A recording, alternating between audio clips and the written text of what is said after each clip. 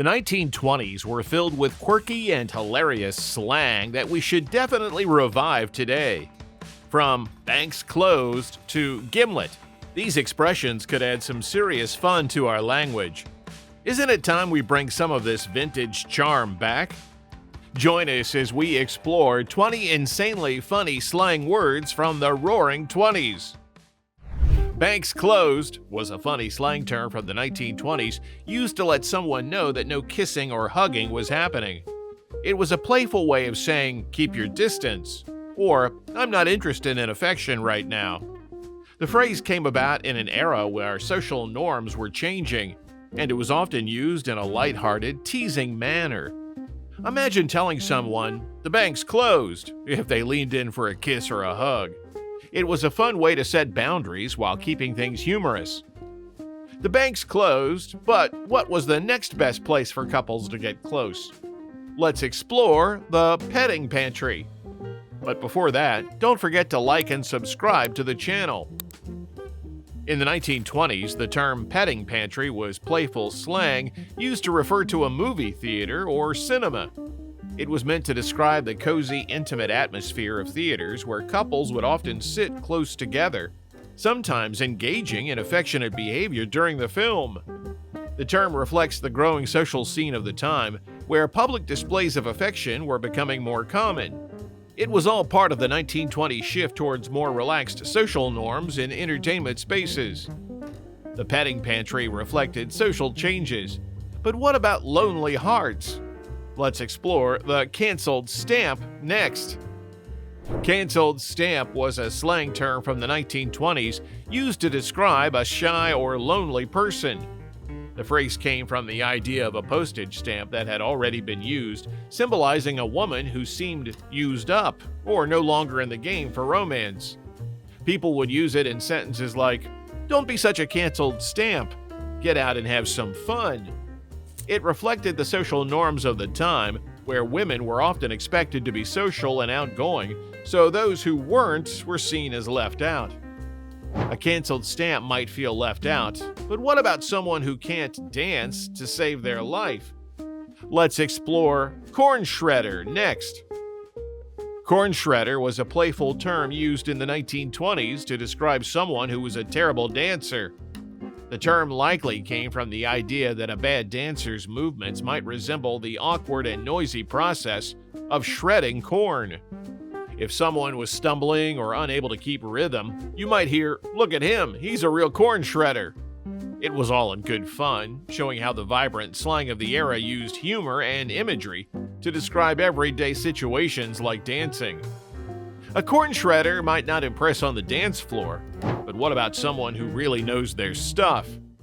Let's explore knowing your onions. Know your onions was a popular phrase in the 1920s, meaning to know what you're talking about or to be an expert in something.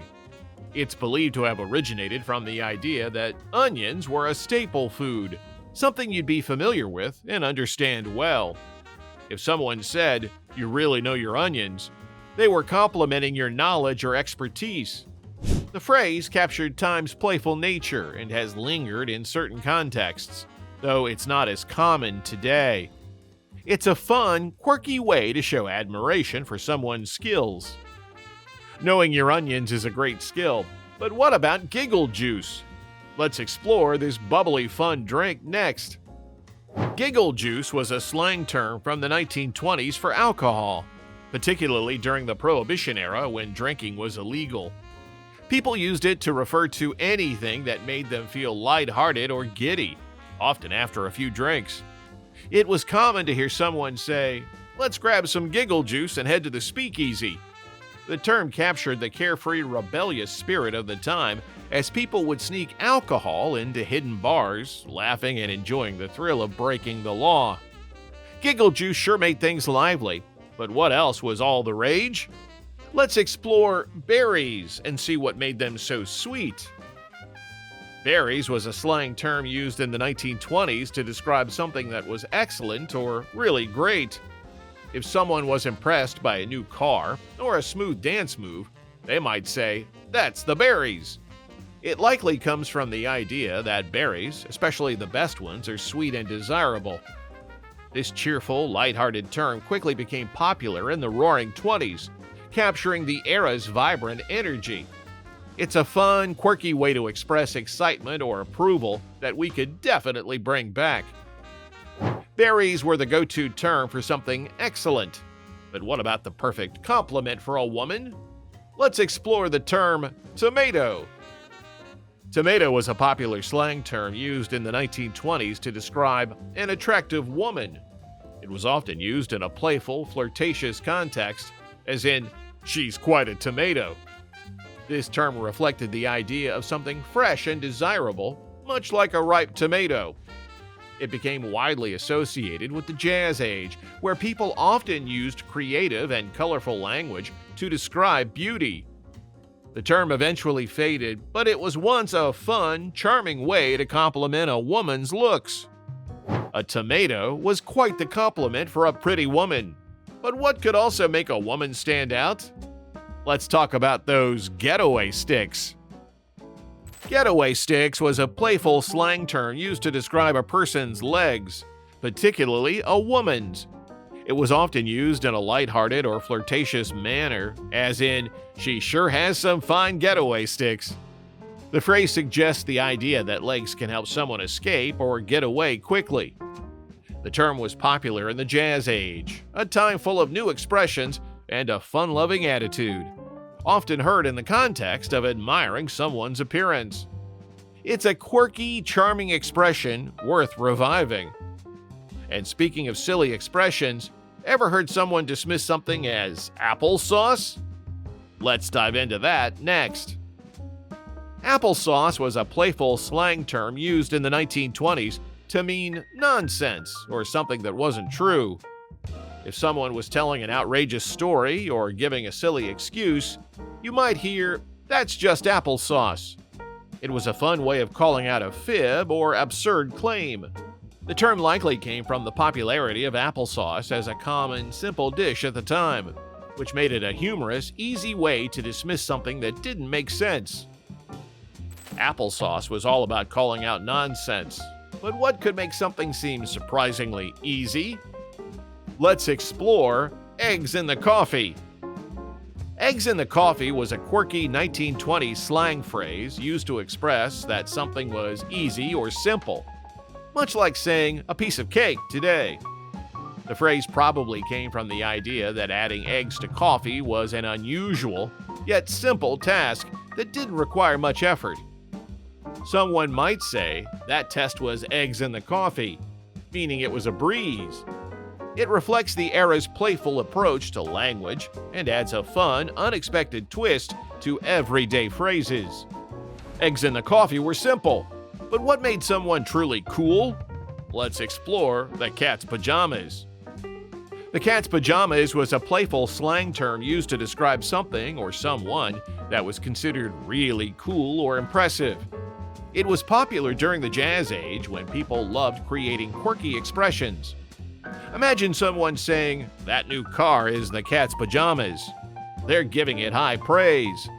The phrase likely comes from the idea that cats were seen as sleek and stylish, and pajamas, being cozy and luxurious, added to the notion of something special and sophisticated. The cat's pajamas made things cool, but what about a drink?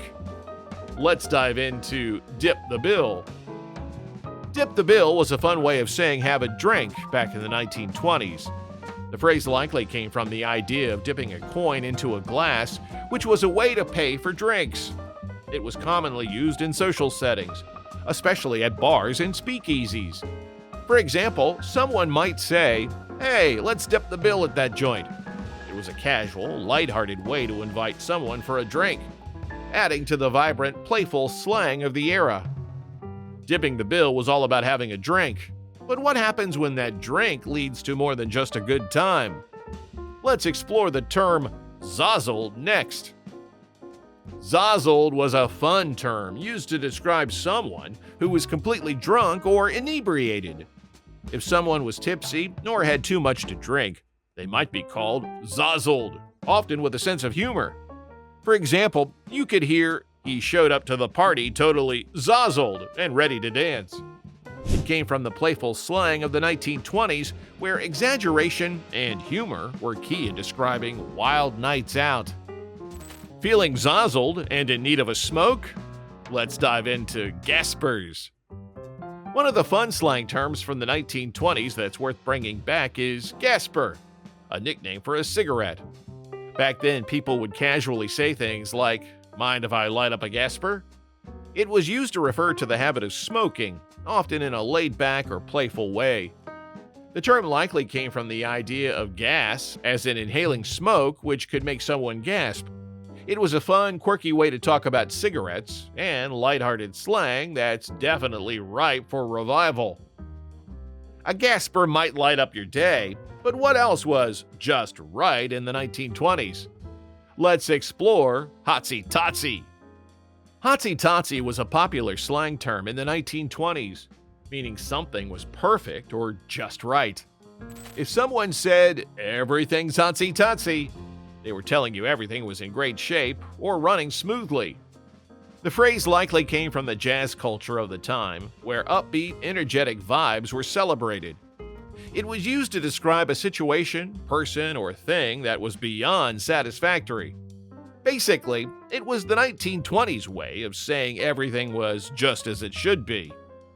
Everything's hotsy-totsy. But what if someone needed to keep things in check? Let's explore the role of a fire extinguisher. In the 1920s, a fire extinguisher was slang for a chaperone, often someone who was tasked with keeping an eye on young couples to prevent any mischief. If a group of young people went out for a night on the town, the fire extinguisher would tag along, ensuring everyone behaved. The term plays on the idea of putting out any flames of passion or trouble, keeping things under control. It was a playful yet necessary role in the social scene of the time. A fire extinguisher kept things in check, but what about when it's time to really shine? Let's explore the world of glad rags. Glad rags referred to fancy clothes or outfits worn for special occasions in the 1920s. It was used to describe someone who dressed up in their best attire to go out and party. For example, a flapper might say, "I'm putting on my glad rags for tonight's dance." The phrase comes from glad, meaning cheerful or bright, and rags, which was slang for clothes. People used it to show excitement about looking stylish and ready for a fun night out. Getting all dressed up is fun, but what about those spoiled rich folks? Let's explore the world of cake eaters next. A cake eater was a term used to describe someone who lived a life of luxury, typically someone who was spoiled and overly indulged. The phrase suggests that the person lived so comfortably that they could afford to eat cake all day without a care.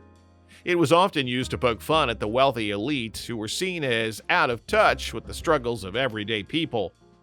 For example, someone might say, "That guy's a real cake eater, always showing off his fancy lifestyle."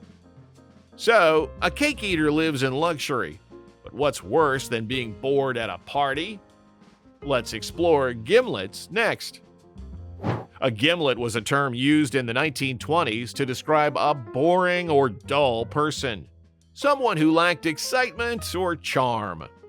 The term likely originated from the gimlet tool, a sharp instrument used to drill holes, symbolizing a sharp but uninteresting personality.